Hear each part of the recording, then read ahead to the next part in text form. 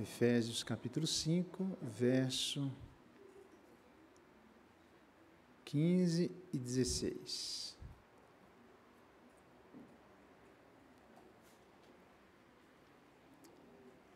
Efésios 5, 15 e 16 diz assim: Portanto, vede prudentemente como andais, não como nécios, e sim como sábios, remindo o tempo, porque os dias são maus. Até a leitura da palavra de Deus, e louvado seja Deus pela sua palavra. Vamos ouvir uma música que os nossos jovens, uma das que eles usaram no acampamento, refletindo sobre o tempo. E hoje, pela graça de Deus, eu devo terminar essa reflexão, que comecei semana passada, só para concluir o raciocínio. Na semana que vem a gente continua em Hebreus 11, tá bom? Vamos ouvir?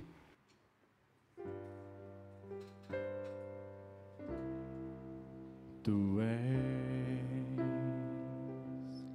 a minha rocha, o meu alento, o que eu preciso. Tu és a terra firme e eu no meu barco estou à deriva. Me deixa a porta e me impeça de sair. Não tem viver sem ti, eu vi. Me deixa a porta e se eu quiser fugir, me lembra quem tu és de novo.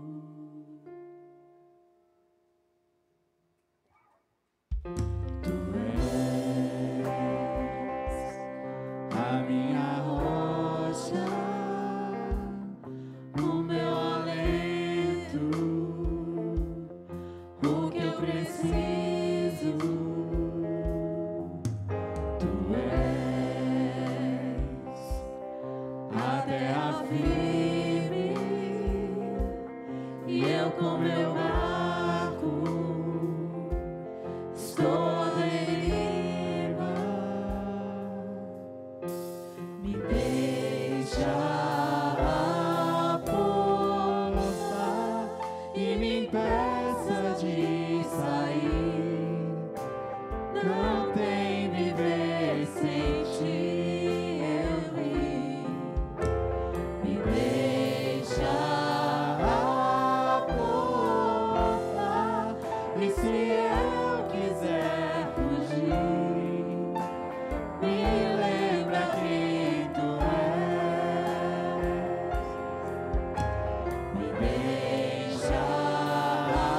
a porta e me impeça de sair. Não tem viver sem ti, eu vi. Me deixa a porta e se eu quiser fugir, me lembra quem tu és.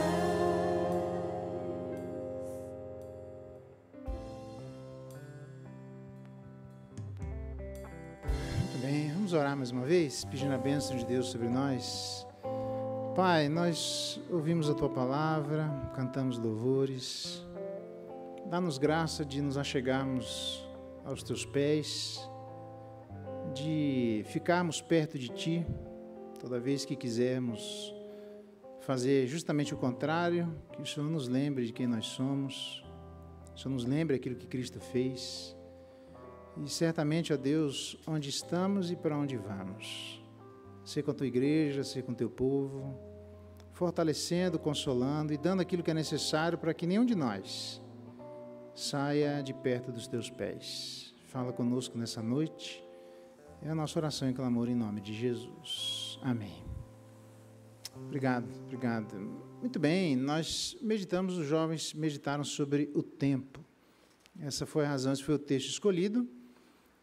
Entre eles, obviamente, eu estou fazendo um corte aqui, onde ele diz, repetindo, verso 15, vede prudentemente como andais, e não como nécios, e sim como sábios, remindo o tempo, porque os dias são maus. Ele começa a falar de sabedoria. Na verdade, o texto de Paulo, aqui aos Efésios, em particular o 4 e o 5,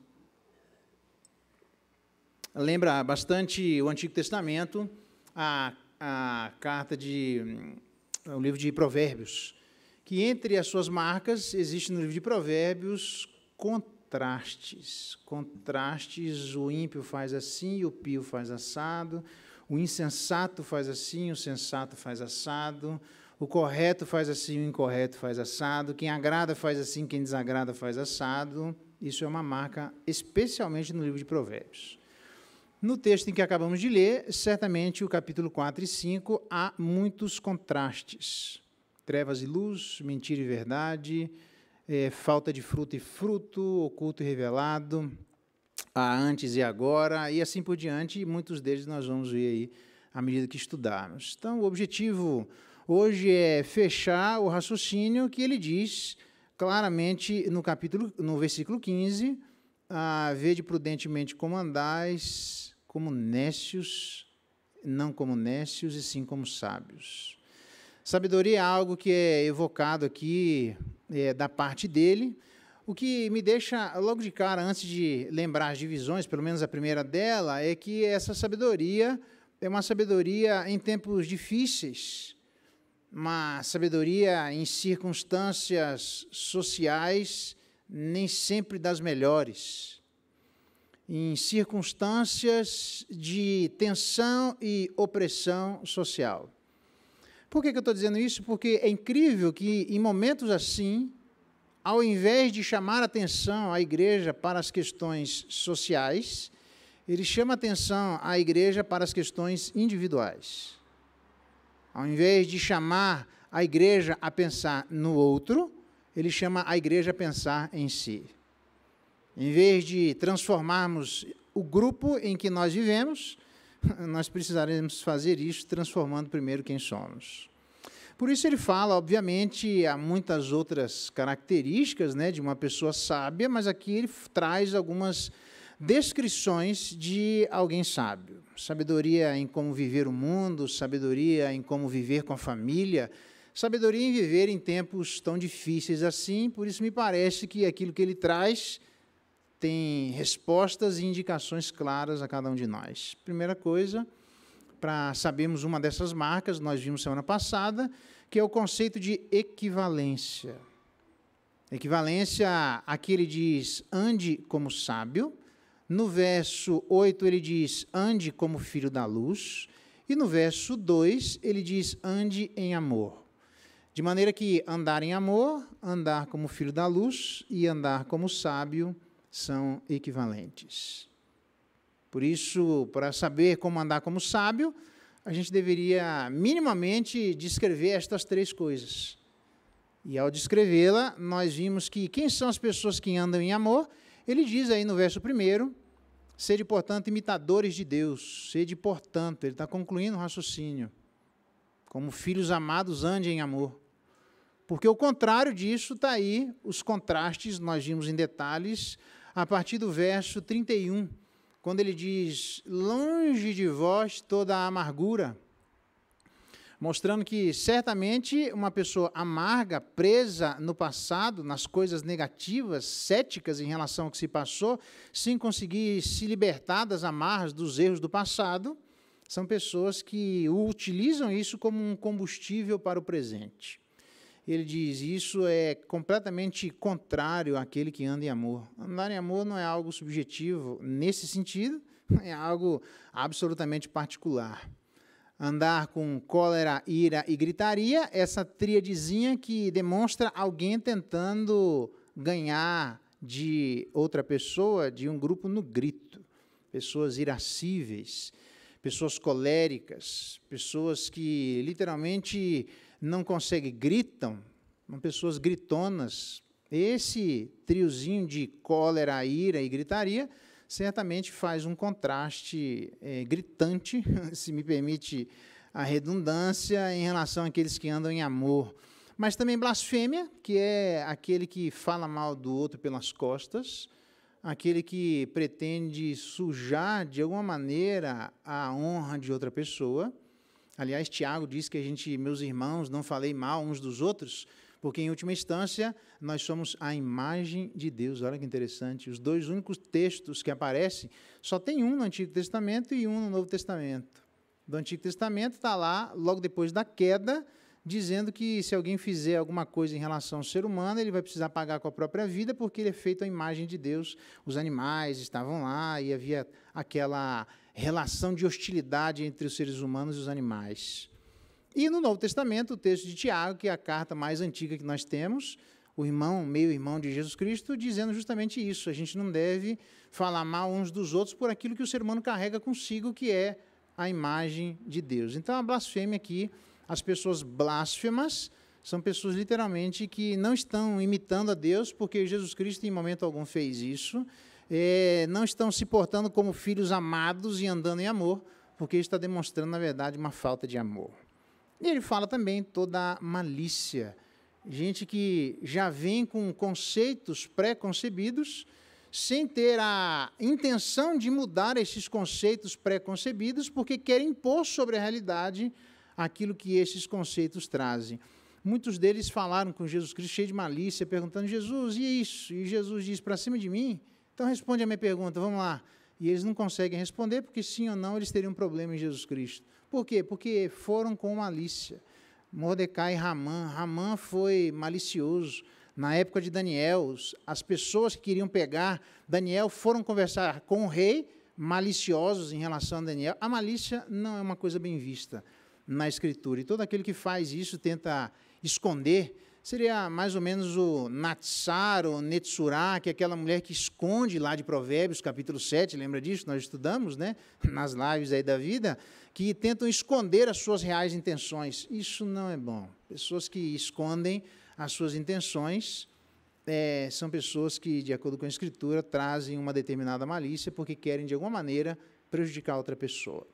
Bom, ele diz que antes, em vez de amargura, cólera, ira, gritaria, blasfêmia e malícia, antes, sede uns para com os outros benignos, que é a palavra, literalmente um jogo de palavras em grego aqui, que é sede Christos. Interessante isso, né?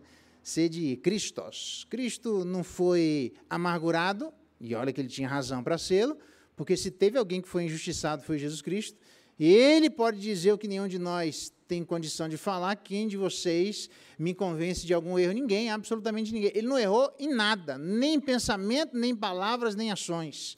Então, se tinha alguém que era para viver na face da terra amargurada, era Jesus Cristo, e ele não faz isso. Talvez seja pela razão que Pedro diz, Jesus Cristo, quando era ultrajado, não revidava com o traje, antes se entregava àquele que julga retamente todas as coisas. Então, não é que não doía e não machucava, mas ele tinha a ação de, ao invés de guardar para querer justiça com as próprias mãos, ele entregava na mão do Pai.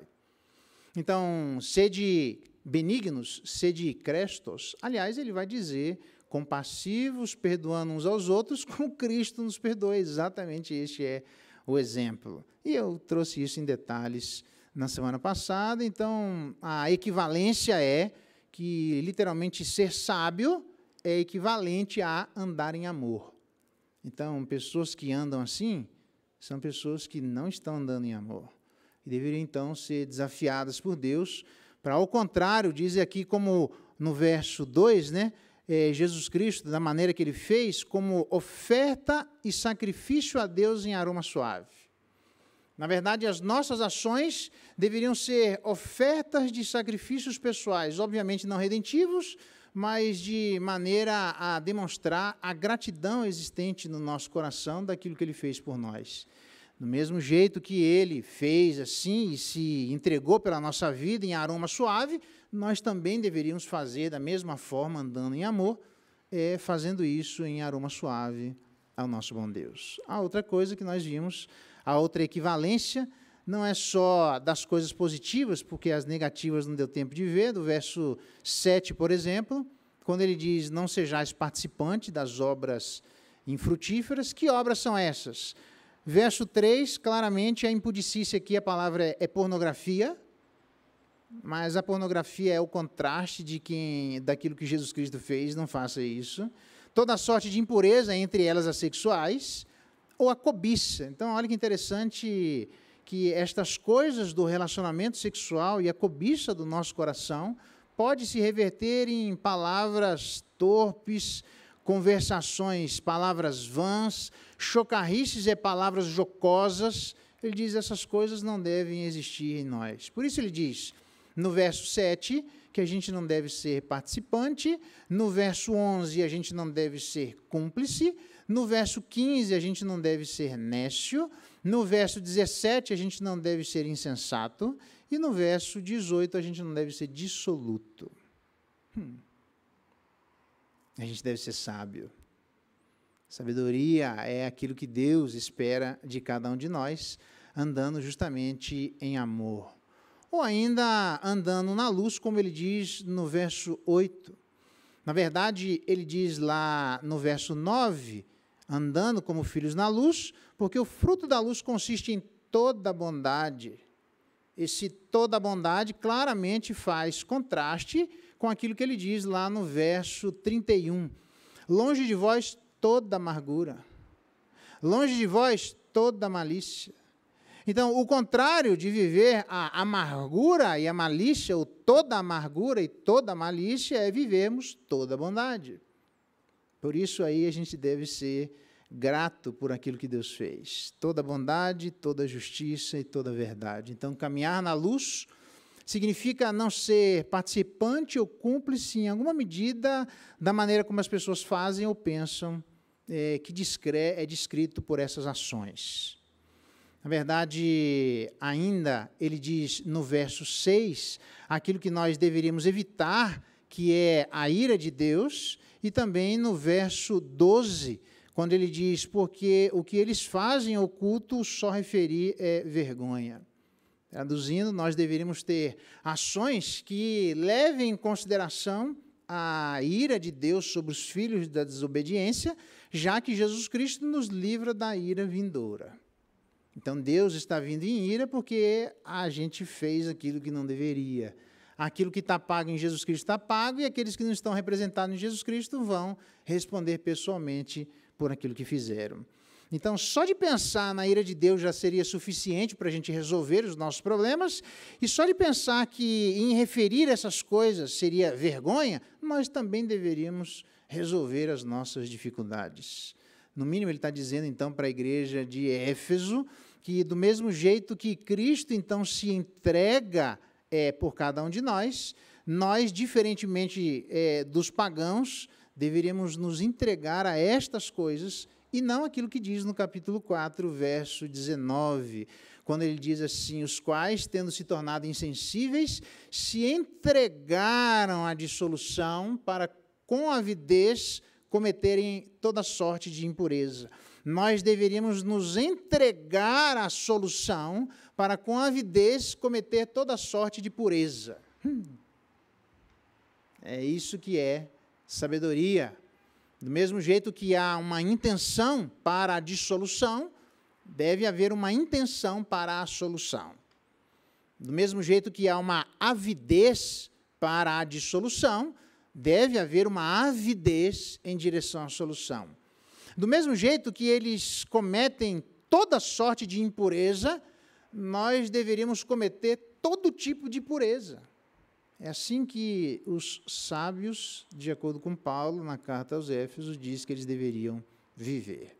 Entrando no nosso ponto hoje, a primeira parte, então, é equivalência, os detalhes, nós vimos isso na semana passada. A segunda parte, hoje, é inteligência. Quando ele diz, no verso 15, onde ele diz assim, 16, remindo o tempo porque os dias são maus. A palavra remir significa, literalmente, comprar.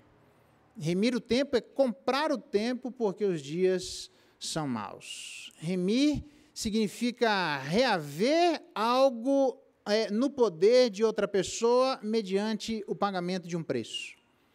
Veja que Jesus Cristo nos remiu, pagou um determinado preço para reaver cada um de nós. Então, para que haja remissão, não é possível haver remissão sem haver esforço. Não é possível haver remissão sem haver dedicação. Não é possível haver remissão sem haver intenção. Não é possível haver remissão sem pensar na troca que nós receberemos das pessoas. Jesus Cristo abençoou uma série de pessoas e não teve retorno na mesma medida em que ele abençoou. Se ele ficasse esperando para poder remir, somente ele fizesse aquilo que as pessoas devolvessem, certamente ele não teria feito a metade do que ele fez. Talvez muitos que entram em amargura é porque não recebem aquilo que seria justo. Jesus Cristo, por exemplo, fez um milagre daquelas pessoas que eram leprosas, alguém vem e ele pergunta, e o restante não veio? É justo?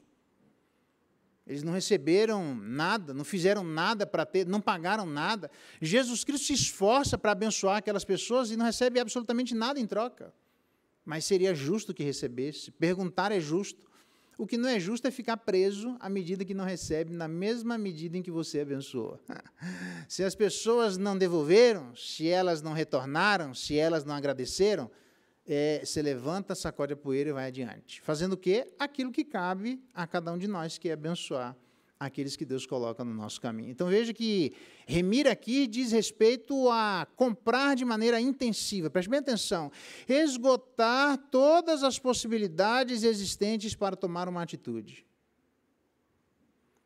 Remir algo significa esgotar todas as possibilidades existentes para tomar uma atitude. Remir significa aproveitar cada uma das oportunidades de maneira absolutamente cabal. É não perder as oportunidades que todos nós somos acometidos para que o bom nome de Deus seja bendito na nossa vida, nas circunstâncias boas e nas circunstâncias ruins. É admirável José do Egito, porque ele está na casa de Potifar e Deus era com ele. Ele está na prisão e Deus continua com ele. Em nenhum momento você vê José do Egito com o coração amargurado, embora ele tivesse N razões para isso. Ele estava preso, irmão. Preso por aquilo que os irmãos fizeram. Preso por não fazer absolutamente nada.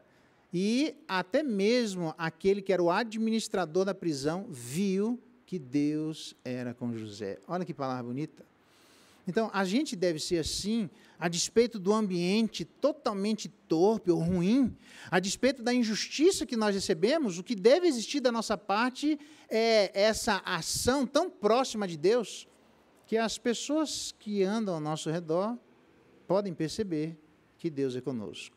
Veja que aquele guarda, aquele administrador poderia ter dito qualquer coisa sobre José, porque José poderia ter agido de outras formas, que não aproveitaram aquelas oportunidades, mas o administrador diz aqui, está aqui. Ele pode dizer, eu não vou administrar isso aqui, eu não devia nem estar aqui, eu estou no lugar errado, você está enganando a meu respeito, eu não vou trabalhar por uma coisa que eu nem fiz para estar nesse lugar. Ele tinha N razões para dar muitas respostas. Ele teve um ambiente hostil, ele nem sabia se ele sairia dali, humanamente falando, ou pelo menos quanto tempo demoraria para que isso acontecesse. Ele tinha um sonho, mas não sabia quando é que o sonho ia começar, ok? Então, isso significa que ele tinha aproximadamente 18 anos, o sonho podia começar quando ele tivesse 47 anos, 52 anos, aí aqueles 14 anos poderia ter começado, o que significa que provavelmente ele estaria condenado a viver injustamente na prisão por alguma coisa que ele não fez, tentando servir de maneira benéfica a Deus, fugindo daquela mulher, porque ele disse, jamais eu faria isso contra Deus e contra o meu patrão. Então, veja que é aproveitar as oportunidades independentemente daquilo que recebemos. Tem um camarada chamado Faraó, que diz a Bíblia assim, apelidarão a Faraó, rei do Egito, de espalhafatoso, porque ele deixou passar o tempo oportuno. Que tempo foi esse?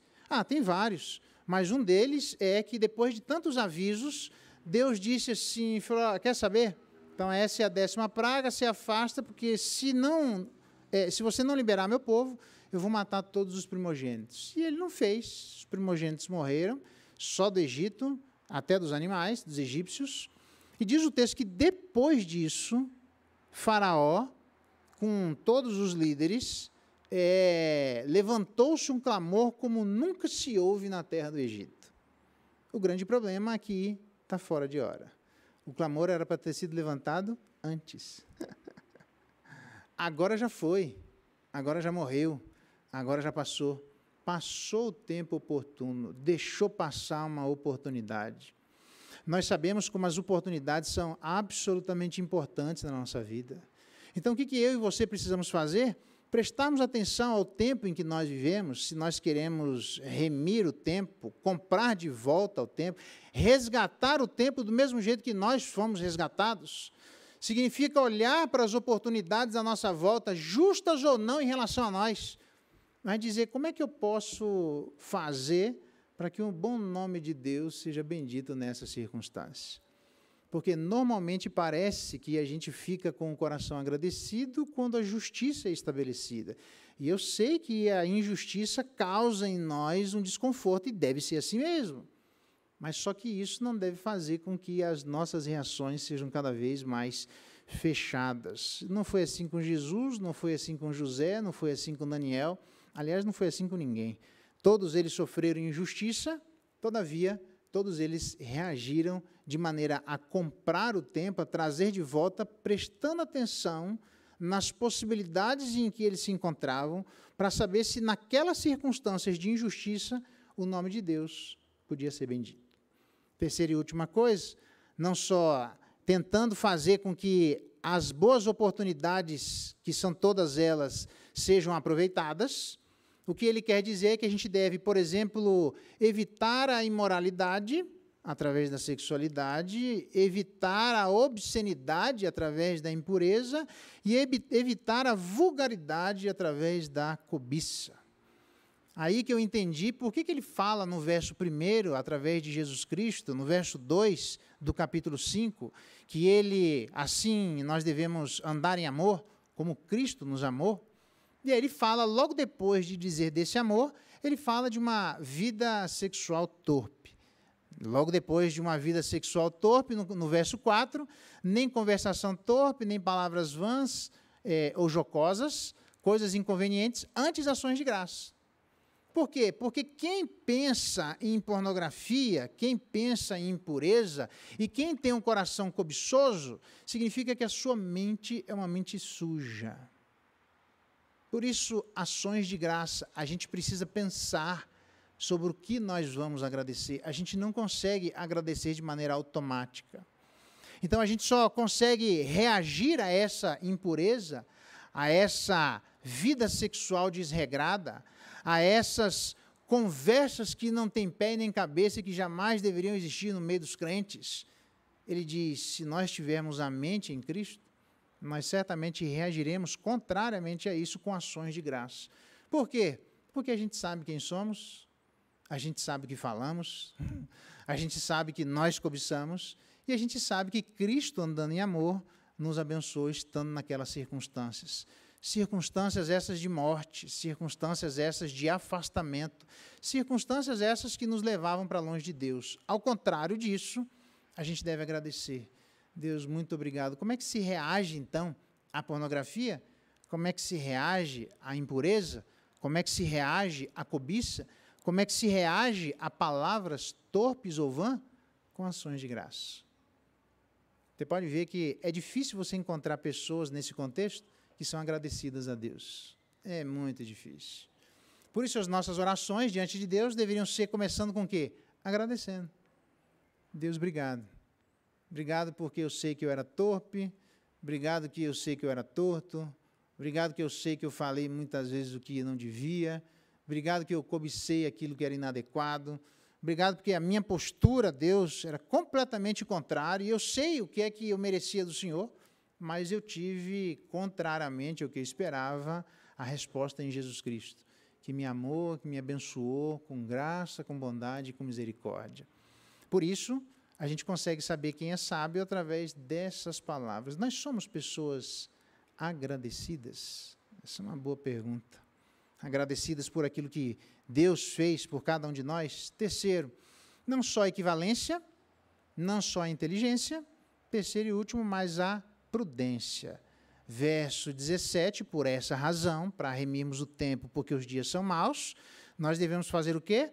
Não nos tornarmos insensatos, mas procurar compreender qual é a vontade de Deus. No verso 10, se nós formos como filhos da luz, trazendo fruto da luz, que é bondade, justiça e verdade, nós provando sempre o que é agradável ao Senhor, é experimentando aquilo que é agradável a Deus.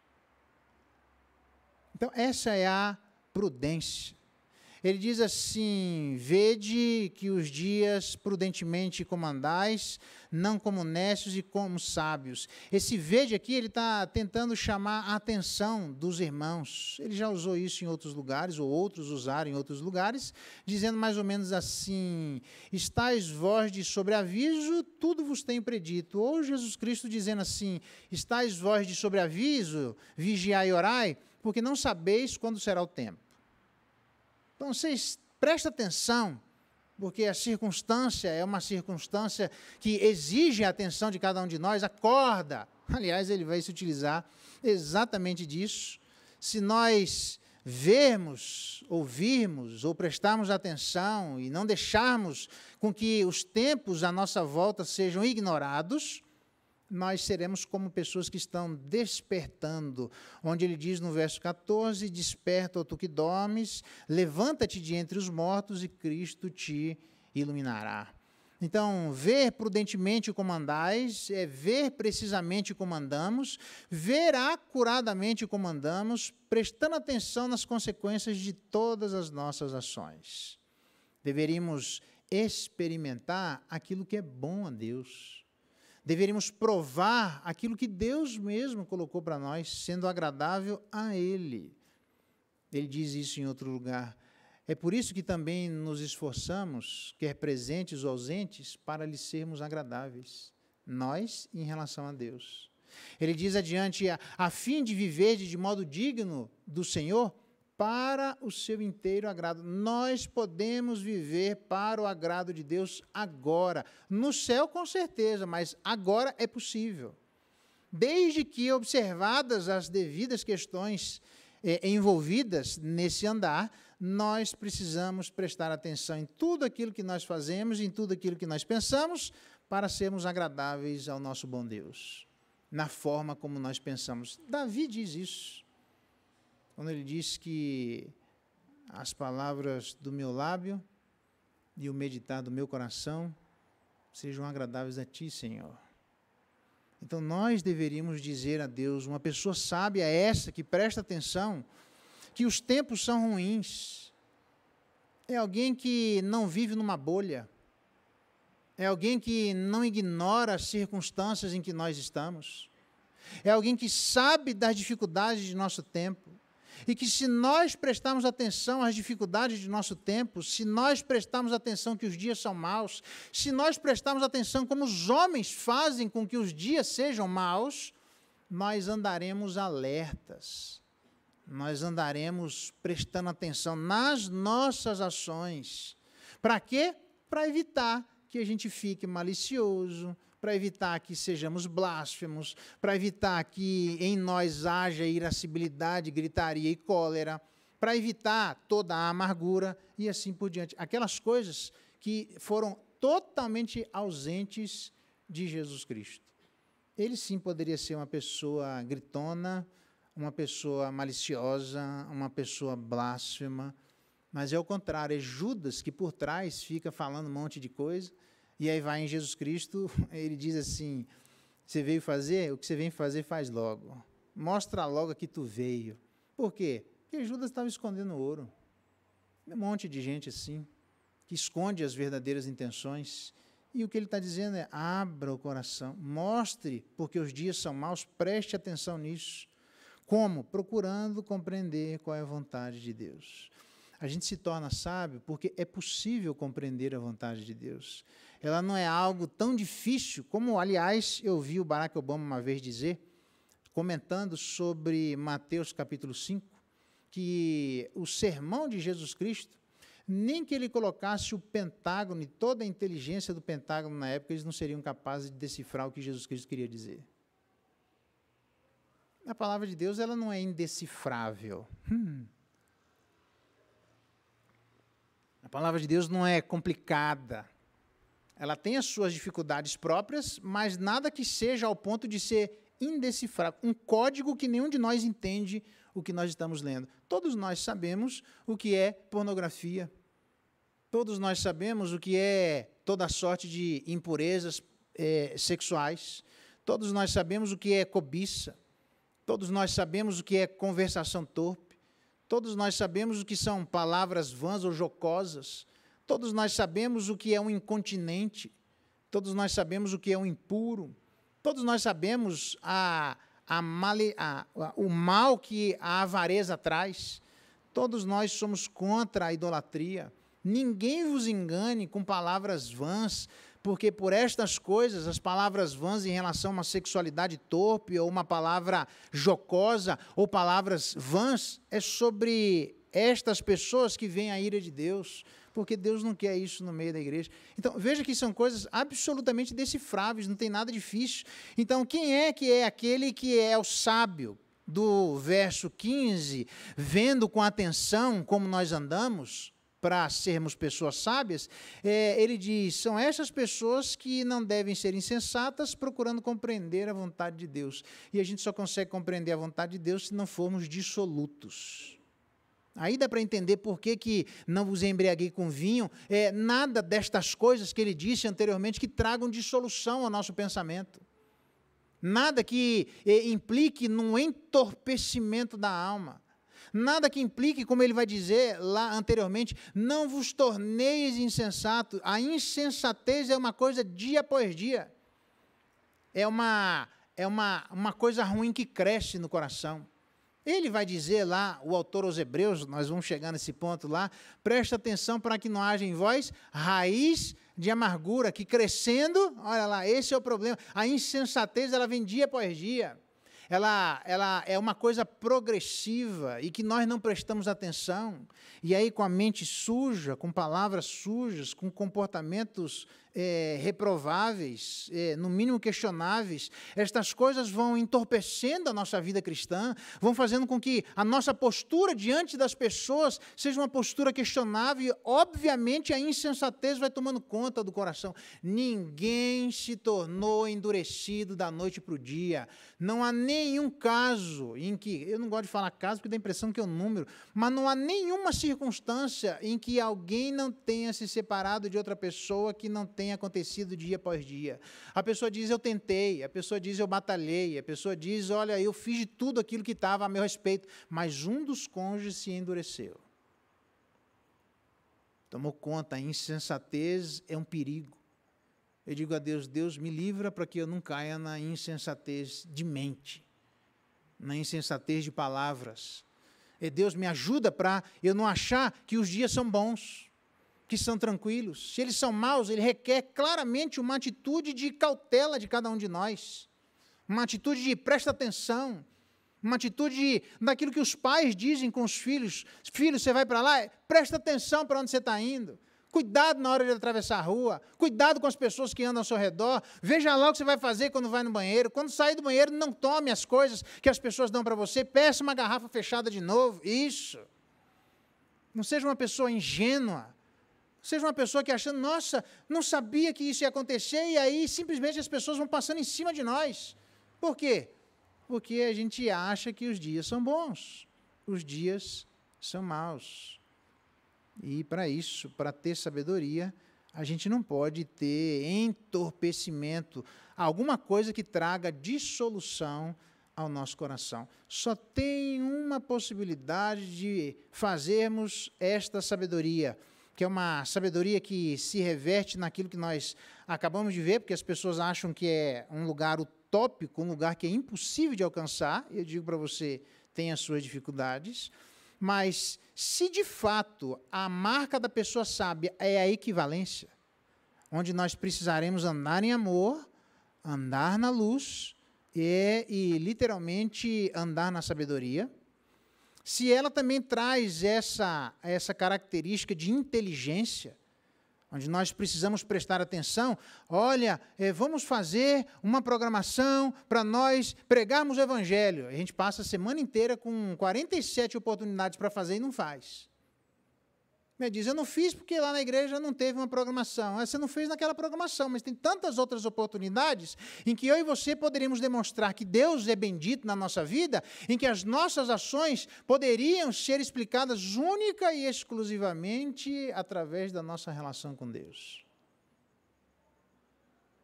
Isso é inteligência. Uma pessoa que está atenta, prestando atenção nisso. Mas não só a sabedoria da equivalência, não só a sabedoria da inteligência, mas também a sabedoria da prudência. Estas coisas só poderão acontecer em qualquer um de nós, em qualquer igreja, se nós nos enchermos do Espírito Santo de Deus. Essa é que é a saída. Por que a gente não consegue ser sábio?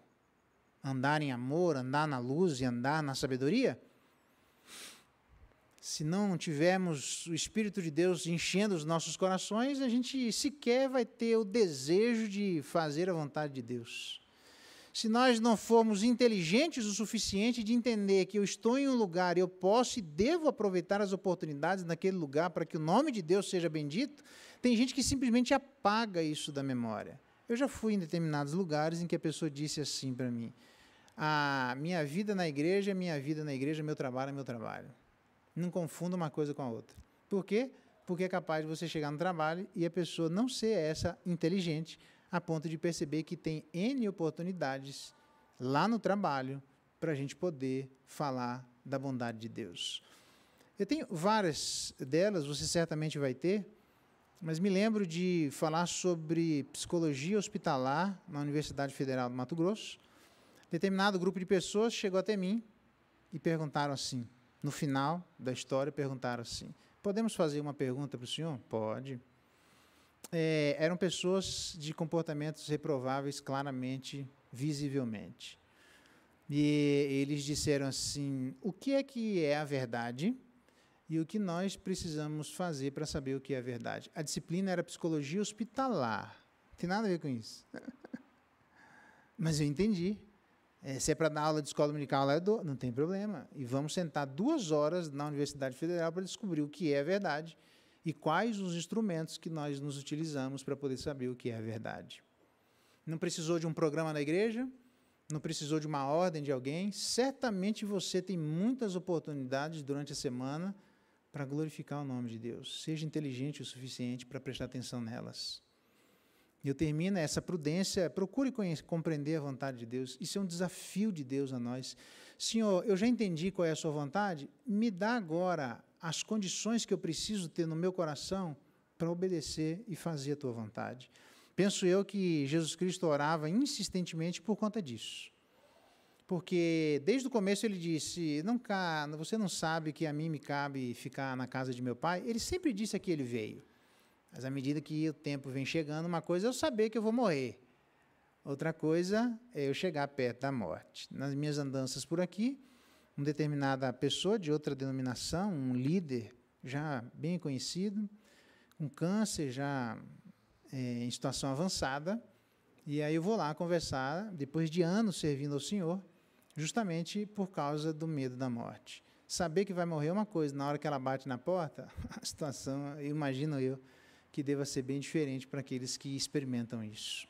Então, vamos pedir a Deus graça e sabedoria para entendermos a equivalência que existe na necessidade de sermos sábios, na inteligência envolvida nessa característica e na prudência, para que todos nós sejamos prudentes o suficiente procurando compreender qual é a vontade de Deus para a nossa vida. Vamos ficar de pé, vamos orar, pedir a bênção de Deus sobre a nossa vida. Nosso irmão Misael, vem aqui e ora por nós, Misael, pedindo graça, bondade, misericórdia, para que as marcas de uma pessoa sábia se façam presentes em nós, com equivalência, com inteligência e com prudência.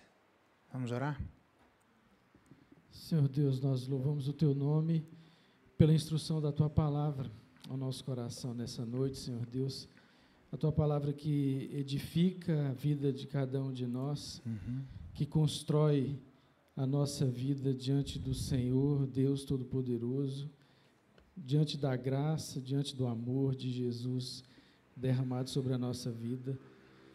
Ó Pai, nós Te louvamos porque a Tua palavra nos instrui a buscarmos a sabedoria, a não sermos nessa, a não sermos igualados, iguais às pessoas que vagueiam por esse mundo de forma louca, maluca. É verdade, Deus. Ó Senhor, mas o Senhor nos instrui nessa noite a buscarmos a sabedoria do Senhor. Amém, Deus. O Senhor nos instrui nessa noite a remirmos o nosso tempo, a cuidar do tempo, a aproveitar o tempo, a fazer com que ele seja valioso em todos os instantes, Amém, em todos os Deus. momentos, Senhor Amém. Deus.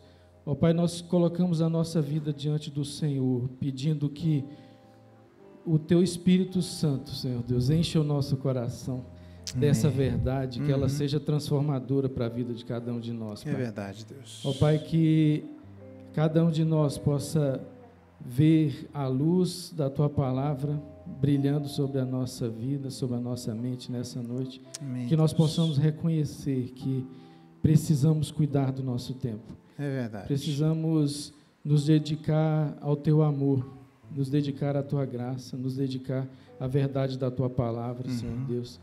Ó Pai, nos ajuda, nos encha com Teu Espírito Santo, com essa verdade, para que nós sejamos pessoas que conquistem a cada dia o melhor tempo, a melhor oportunidade, Senhor É Deus. verdade, Deus. Em nome de Jesus, nós Te entregamos essa Tua palavra, essa palavra que foi pregada a nós nessa noite, para a edificação de cada um de nós, Pai. Em nome de Jesus é que nós Te louvamos e Te agradecemos. Amém.